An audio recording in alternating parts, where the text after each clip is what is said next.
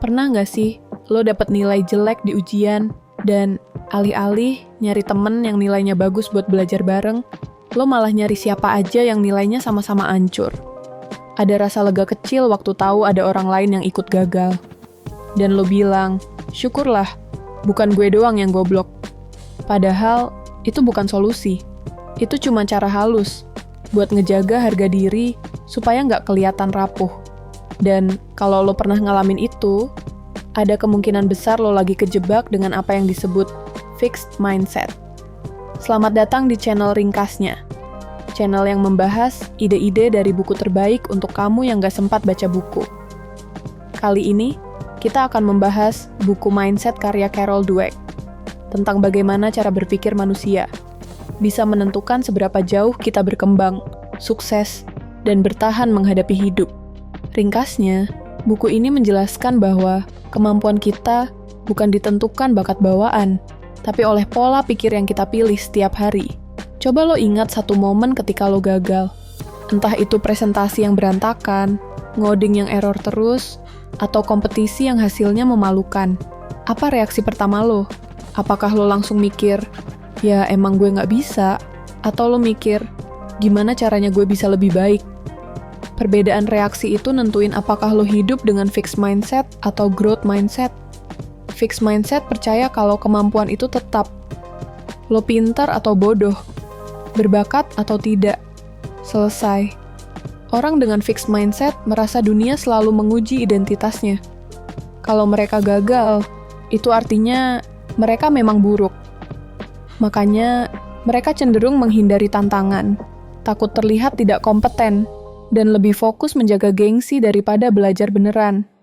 Contohnya, orang yang tidak mau mencoba fitur baru di kantor karena takut terlihat lambat, atau orang yang menolak kritik dengan alasan emang begini gaya gue, atau orang yang hanya mau ngerjain hal yang dia sudah ahli supaya tidak terlihat lemah.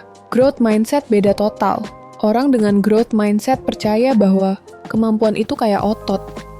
Makin dikasih beban, makin kuat.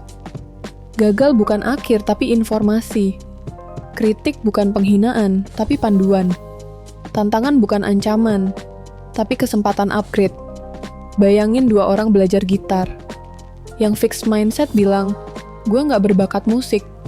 Yang growth mindset bilang, ini susah, tapi latihan bakal bikin gue lebih jago. Hasil akhirnya jelas beda.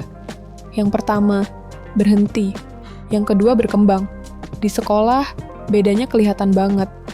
Anak fixed mindset biasanya senang dipuji pinter. Tapi begitu mereka ketemu soal susah, mentalnya rontok. Mereka takut, mencoba karena takut pujiannya hilang. Sementara, anak growth mindset senang dipuji kerja keras. Mereka jadi berani mencoba soal yang lebih sulit, karena tujuan mereka bukan terlihat pintar, tapi beneran belajar. Dalam pekerjaan juga sama. Lo pasti pernah lihat dua tipe pegawai.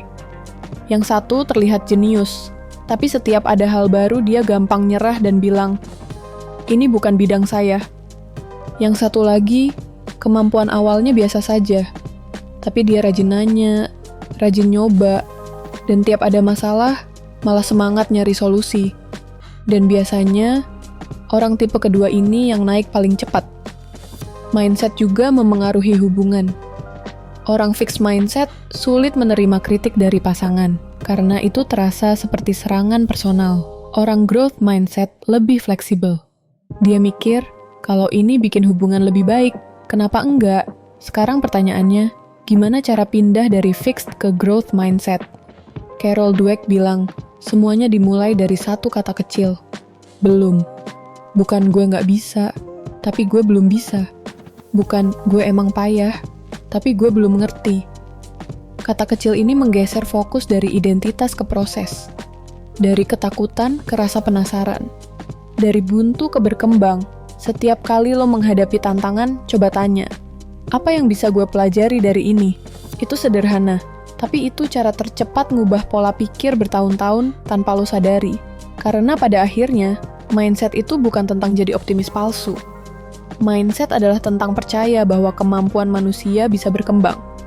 Dan selama lo bisa berkembang, hidup lo nggak pernah mentok. Itulah inti dari buku ini.